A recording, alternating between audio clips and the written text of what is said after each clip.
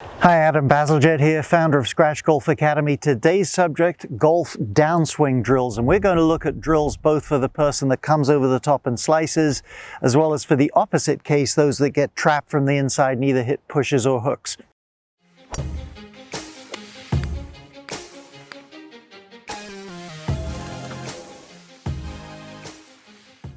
Briefly, if you're new to the channel, please subscribe. We'd love to get you more free content coming your way. Help us build momentum at the channel. Hit the little red bell as well. You'll be notified every time a new video is coming your way.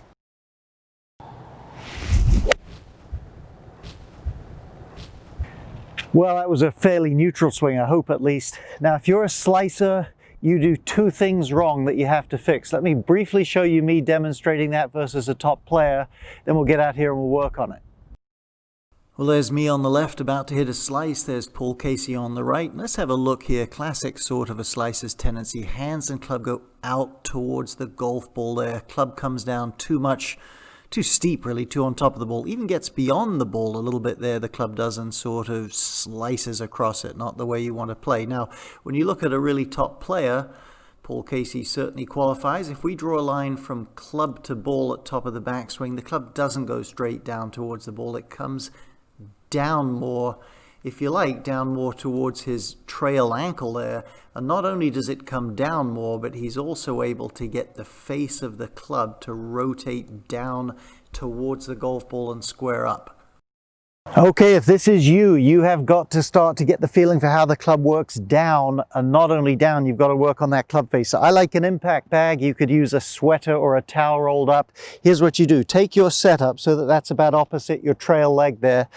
Take a little 3/4 backswing, and then with a little flow, a little play in the club, get that right arm starting, or the trail arm starting to straighten so that club gets down. Even if you don't make contact with what's down there, get down right in the neighborhood of it and do it so that the face is down. That's going to feel unnatural to you, and it's a slight exaggeration, but you have to have that pairing. You start getting the club down, but you're not good at squaring the face up, you'll hit the ball sideways. So here's what you do. You get up there, make a few little swings, start to get that club working down, start to feel it turning as though I'm hitting the impact bag with the face this way. Then you've got the feeling. A little word of caution, if you're not used to this sort of thing, this club gets a lot lower at this point in the swing than you're used to. If you're a slicer, you're used to that. You have to have some bump of weight towards the target to get the bottom of the swing up to the golf ball. So here we go. Little bang, bang, I've got my feel. Little shift of the weight there, little bump of the weight. It's not that difficult. I'm going to show you a favorite drill to help you a swing path here at the end of the video, but next, let's have a brief look at the people that get too far this way and hit pushes and hooks. So me on the left, Charles Howell on the right. I've been lucky enough a few times over the years to be up close to him hitting balls. It will give you a pretty negative self-image. Regard your golf game if you watch him hit balls. Believe me, very, very impressive. So here we go. Here's my in to out downswing. There's the club. Let's stop the club when it's about parallel to the ground. Let's look at Charles. Now, he's by no means steep there, and the club's on a great plane. But as he gets in the delivery position, that club is going right up the channel there where he wants to hit it.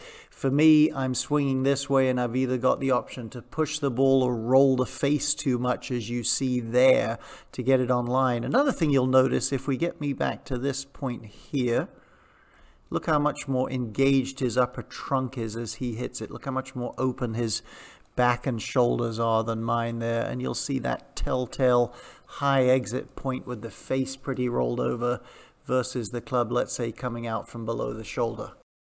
Okay, typically the golfer that gets the club in here is the lower handicap player. Not always, but that's usually the case, and they have to emphasize the trunk, almost the opposite of the slicer, and they've got to use that trunk to pull those arms back in front of them, pull those arms cut past the golf ball.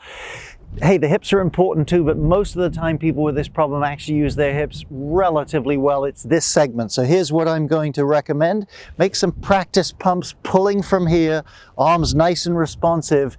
I'd even feel like my head gets a little bit past the ball, which we don't want, but usually players are too far behind the ball when they have this problem. So we'll make a couple of little pumps, use my trunk, and as I go through a nice short finish, feeling my arms are well across my body. Let's have a go here.